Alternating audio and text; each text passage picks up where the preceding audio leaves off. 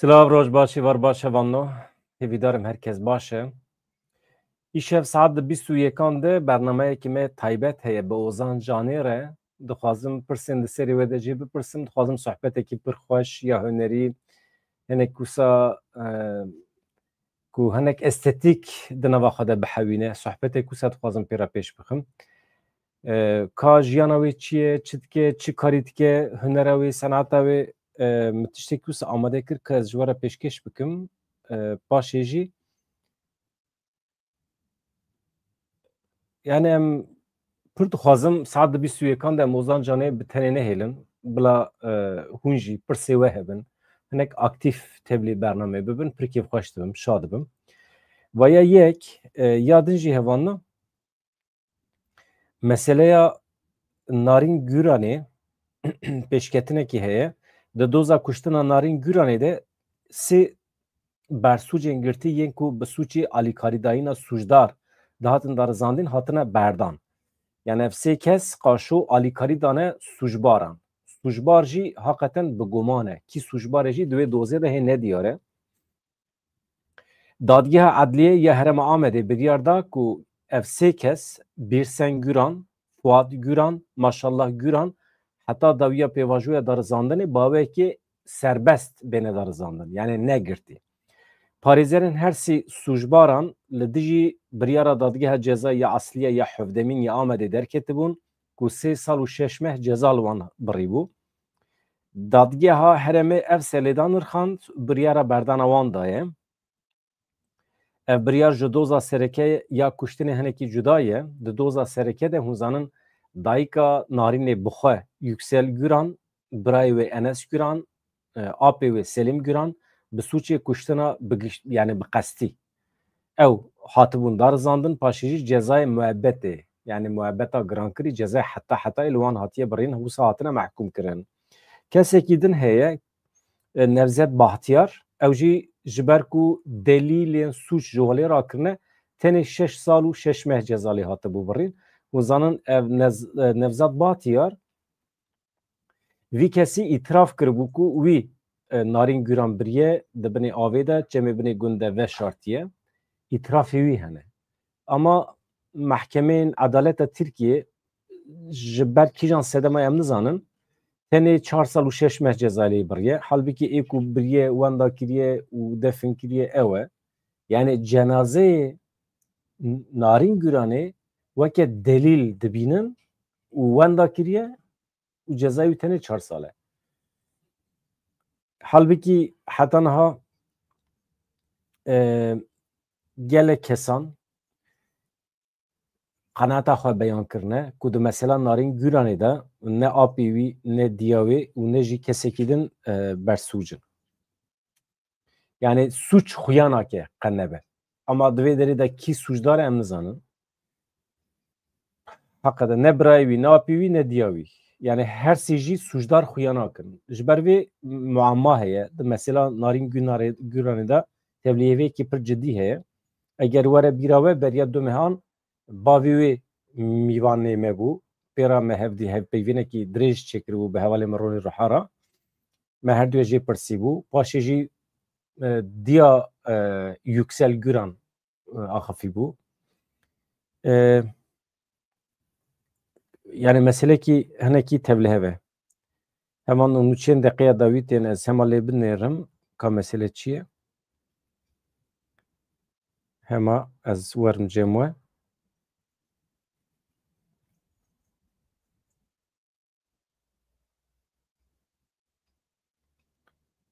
Okey. Tamam e hevanno. Hin mesele jî hene îja ev yek hevalên me ê li Bakurê Kurdistanê ê Tirkiye li me temaşe dikin godar dikin. Ez dixwazim emîn bim ku weşana me nehatiye qedexekirin. Ez dixwazim emîn bim ku hûn ji Tirkiye ji bajarê Bakurê Kurdistanê dikarin li me temaşe bikin. Hûn dikarin ji kerema xwe re peyan bişînin bibêjin erê em li we temaşe dikin. Ji ber ku ez aniha di şik û gumanê de me ku Bakurê Kurdistanê Tirkiye nikare li me temaşe bike. Rast e tiştekî wisa heye hevalna. Kaç kerema xwe re ê ku ji wan dera tevlî me bûne bila peyan bişînin. Na hevanno doza alîkarîdayîna sûcdar bi giştî 15 sûcbaran alaqedar dikir ji bilî 3 kesên nû hatine berdan ji bo kesê din jî cezayê cuda hatine dayîn. Yani ne tenê ev her sî kes her wiha bi giştî 15 kes dihatin sûcbar kirin. Ev kesê ku hatine berdan kîne? Ez ji we re bêjim. Dotmama Narîn Güranê Bîrsen Güran, mamê wê Fuad Güran, jinmama wê Maşallah Güran. Ew îro hatine berdan. Wekî din li Stenbolê erdhejekî bi hêza 5.3 pîleyan erdhej çêbû. Seroketiya Rêveberiya Karesat û Rewşên Bilez a Tirkiye Afadê ragihand ku îro li Deryaya Marmarê erdhej çêbiye. Li gorî Afadê erdhej saet di 4:55 de pêk hatiye. Hêza wî jî derdora 5 pîle bîye. Afadê ragihand ku kurahiyê erdhejê 6.71 kilometre dibinê avê de bîye. Erdheja ku li Derya Marmarayê çêbiye li gelek deverên Herêma Marmarayê jî xweda hîskirin. Li aliyê din Rasatxaneya Qandîlê jî ragihand ku hêza erdhejê 5.3 pîle bîye. Kurahiya wê jî 12 kilometre bîye. Çima vana ji hev cuda agahiyan didin?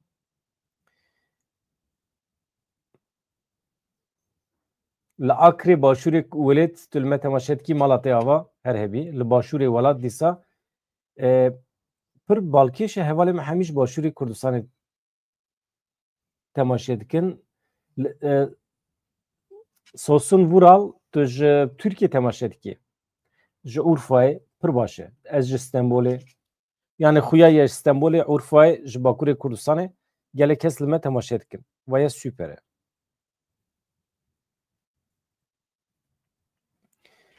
Mala waya va. Ji Amedê jî temaşe dikî.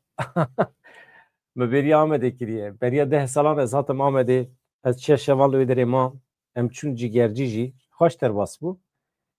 Hevalekî min ê rojnameger. Her wiha hevalê min ê Mehmûd heye. Mehmûd Erdem ew ez gerandim. Mala wî ava eger li me temaşe dike heqeten me bêriya hemyan kiriye. Rojekî imkan çêbe em dîsa biçin. Ama ez bar nakim dorwere me. Yani divê YouTube'ê de êdî hinek rewşa me ew bîye hevanna. Rewşa me hinekî tevlihev e. Yani pêvajo wê me negire nava xwe.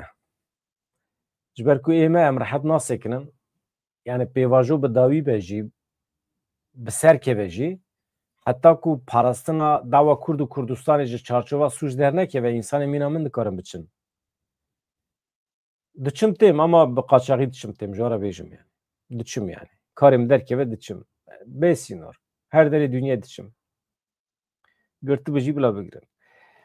Recep Tayyip Erdoğan dibêje di derbarê wê civîna doh de atmosfera roja vekirina parlamentoya Tirkiye erênî dibîne. Dibêje tabloya doh hêviyê me xurttir kiriye. Erdoğan her wiha boykotkirina CHP rexne kir. Got reva wan a bihincetên derew zihniyeta wan ya rast nîşan dide. Tayyip Erdoğan ez dibêjim xeyî derewa dike. Anha li Tirkiye sistemekî antîdemokratik di meriyetê de ye li hember CHP.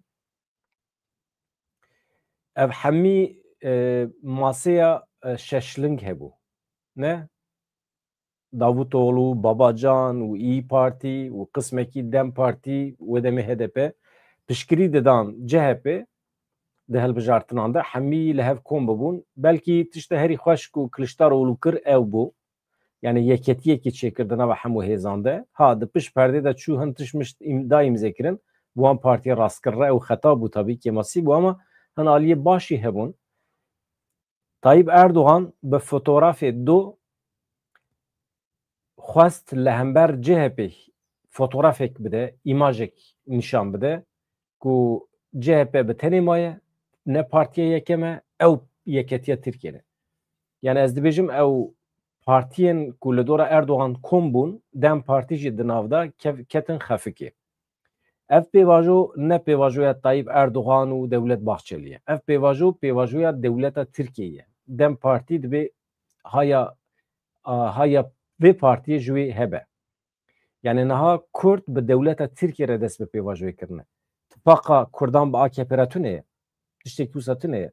AKP hêjî dijminê Kurdan e, partiyekî êrişkar e, partiyekî bi biryarên xwe operasyonên eskerî daye dest pê kirin li hember gerîla çekên kimyevî daye bikaranîn li hember Rojavayê Kurdistanê êrişên pir hovane pêkanîn Tayyip Erdogan bixwe destûr daye bixwe rêvê kiriye.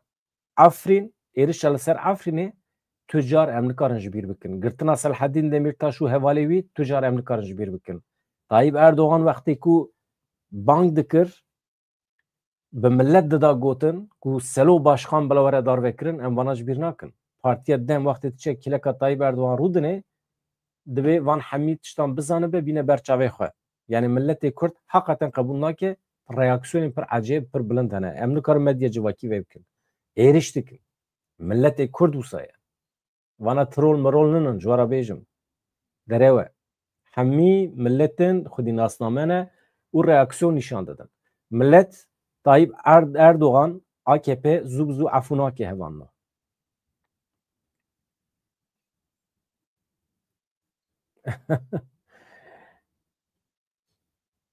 Devleta Tirkiye û bixwane erê yani Tayyip Erdogan jî devleta Tirkiye, devlet jî Erdogan e, hemî nava hev dane. Me fehm kir, tamam rast e. Ama Tayyip Erdogan bi yani îmaja ku doh nîşan da bi taybetî li hember CHP bû. Yani ev demekî qels biye dixwaze hinekî xwe rewa bike di çavê civaka xwe de. Li İngiltere, li bajarê Manchesterê ragihand ku polîsan ragihand ku li nêzê sînagoga cûhiyan ya li kolana Midletonê a bajaran a wê bajarê êrişekê bi kêran çêbiye di encamê de 3 kes hatine kuştin. Polîsan diyar kir ku giliyekî ji wan re hatiye dema ku cûhiyan di wê sînagogê de nimêja Yom Kipur dikirin. Cejna Xufranê. Wê demê êrişekê bi kêran pêk hatiye Serokwezîrê Brîtanyayê Keir Starmer got ew tekildarê êrişê heqeten şok bûne, mat mane. Pêkanîna wê ya hemwextî cejna Xufranê ya cûyan ev êriş şermezar kir. Ama şermezarkirin têrê nake divê tedbîr werin girtin. Ev mihîm e. Hevanno protesteyên li Fasê hene gur bûn. Du kes mirin bi seda kes hatin binçavkirin. Protestoyên li Fasê yani Maroko yên bi daxwaza başkirina pergalên perwerdeyê, tenduristiyê bi vîya wê hatibûn destpêkirin. Niha hinekî belavtir bûye di nava civakê de du kesan jiyana xwe ji dest da ji ber êrişên hêzên dewletê. Ev meselekî bi vî şeklî ye. Niha ez dixwazim di derbarê Film Amedê de hin agahiyan bidim we hevanno. Film Amed ya festîvala belgefîlman bû, hûn zanin bi dawî bû. Ez hema vê bînim. Tamam. Ka em binêrin kî xelat girtiye? Festîvala Filma Amedê bi xelatdayînê bi dawî bû. Min ev nûçe ji diyarnamê girtiye. Niha li ser ekranê ye, hûn jî dibînin. Yani ez dixwazim wisa bi were bixwînim zû bi zû. Ewsa. Nehemîn Festîvala Belgefîlman ya Film Amedê bi nîşandana belgefîlmê li ber siya spîndarê merasima xelatdayînê bi dawî bû.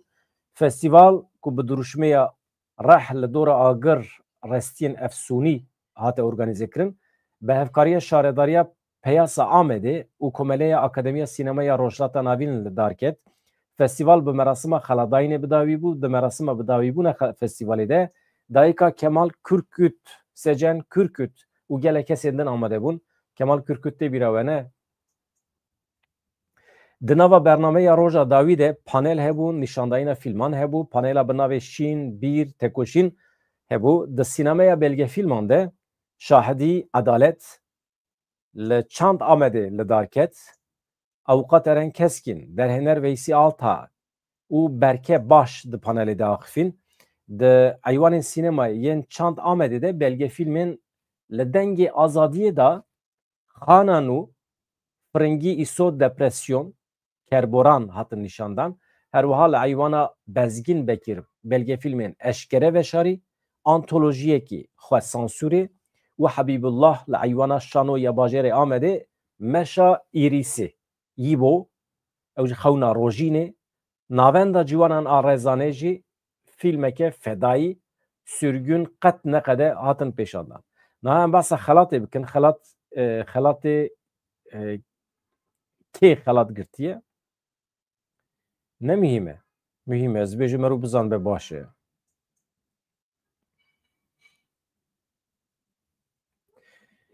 Hevşaradara Peyasê Berîvan Sincar di merasima dawîkirina festîvalê de Axifî got ev pêvajo ji navenda çanda hunerê ya cîgerxûnê dest pê kiriye. Niha berfireh bîye xebatkaran karekî hêja kirin, em bi serbilindî beşdar bûn, eleqeya mezin em kêfxweş kirin. Her filmek bû şahidê rastiyên me, bû şahidê êş û hestên me. Ev xebat ji bo rêwîtiya heqîqetê pir giring e. Em pirsgirêkên gelê xwe weke yên xwe dibînin. Em ê vê pêvajoyê bi xwedî derketin, bi bernameyên nû bidomînin. Hevşaredar Cengiz Dündar jî diyar kir ku ev festîval bûye mihrîcaneke navinêtê wî. Di çapemeniya cîhanê de jî cihê girtiye. Dibêje em spasiyê xwe ji gelê xwe re dikin. Êşa gelê Kurd hê teze ye. Di her belgefîlmê de me axa xwe, êşa xwe, tekoşîna xwe dît. Dixwazin em hefizaya xwe ji bîr bikin. Lê gelê Kurd dibêje em axa xwe, êşa xwe ji bîr nakin. Polîtîkayên qirêj li vir têk çûn. Me tekoşîna Narîn, Rojîn, Apê Musa, Orhan Doğan berxwedana jinan dît. Di kesayetiya Leyla Qasım de me hemû hevalên xwe dîtin. Ev tekoşîn didome em ê bênaber bidomînin. Festîvalê îsal biryar da ku di gelek weran de xelatan bide, hin xelat jî ji bo bîranîna wan navên kesan lêkirin. Piştî axaftinan belgefîlm hatin xelat kirin. Di dawiyê de koordînatörê çandê yê Şaredariya Peyasê Ömer Fidan plaket da endamên jûriyê û spasiya wan kir. Xelata taybet a jûriyê binêrin. Xelata taybet ya jûriyê eşkere veşarî antolojiyeke xwesansûrê derhêner Fırat Yücel'e, Erhan Örs, Hakan Bozyurt, Can Memiş, Sibil Çekmen, Nadir Sönmez, Serra Akcan, Belit Sağ. Xelata dad û heqîqetê ya Orhan Doğan, Kerboran, derhêner Berke Baş. Xelata azadiyê ya Leyla Qasım, dane li dengê azadiyê da derhêner Zeynep Entezar. Xelata Baxçeyên Hevselê ya Ekolojî, Habibullah derhêner Adnan Zandî. Xelata gel ya Kemal Kurkut. Ji ber rewşa tenduristiyê ya nivîskar İsmail Beşikçî piştî nîşandana belgefîlmê İsmailê me dengdan nehat kirin ji bo wî. Jûriyê biryar da ku xelatê bidin rojnameger Abdurrahman Gök ku kuştina Kemal Kurkut bi wêneyên xwe eşkere kiribû. Xelat ji aliyê dayîka Kemal Kurkut, Secan Kurkut ve hate dayîn. Secan Kurkut di axaftina xwe de xwest ku jerên layê wê bêne ceza kirin, em ê tim bi koka xwe û bîra xwe bijîn. Xelata taybet a Komeleya Akademiya Sînema ya Rojhilata Navîn ji nivîskar İsmail Beşikçî re hate dayîn. Xelat ji aliyê serokê Komeleyê Sîpan Dağ de vîrên ve hate pêşkêş kirin. Wekî din xelatên fona filman a Film Amedê, xelatên hilberînê hene, Dîlan Enginî bi projeya xwe dengê pûş ê di hunerê min de içimde kurumuş ot sesi. Xelata post prodüksiyonê Ahmet Pertek bi projeya xwe benûsen girt. Xelata piştgiriya alavên teknîkî jî Fatma Çelik bi projeya xwe gündem girt. Bi vîya wê ew meseleya xelatdayînê bi dawî bû hevano. Ya Adile Naşit tê bîra wan. Tê bîra wan hevalên ji Bakurê Kurdistanê û Tirkiye. Tabii hevalên me ê Rojavayê Kurdistanê deverê de nizanim. Ama li ser jiyana lîstikvan Adile Naşit filmek hatiye amadekirin. Dawiya salê wê were nîşandan. Niha roja vîzyona wî hatiye eşkere kirin 5 berfambara 2025-an. Adile Naşit ev e. Film tê piyasayê em binêrin ka çawa be. Adile Naşit ev e. Ev film ya Çağan Irmak e. Meltem Kaplan dilîze. Rola Adile Naşit pir xebitiye ji bo kenê wê bikar be taklid bike yan jî pêk bîne.